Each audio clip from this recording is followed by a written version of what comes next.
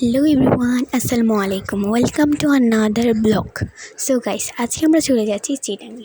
কী করলাম চিটাঙে সেটা আপনাদেরকে আজকে দেখাবো। তো চলুন চিটাঙে কী দেখলাম।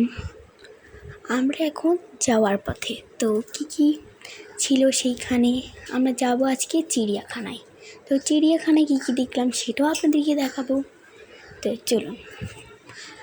প্রথমে আমরা পাহাড় দেখলাম, পাহাড় থেকে ঝর্ণা দেখলাম, খুব সুন্দর ছিল দৃশ্যটা।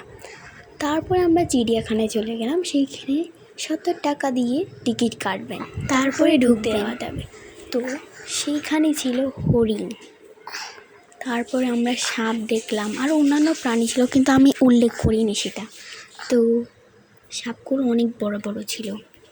তো তারপর আমরা দেখলাম একটু বড় ছোটো পাহাড়ে দেখলাম।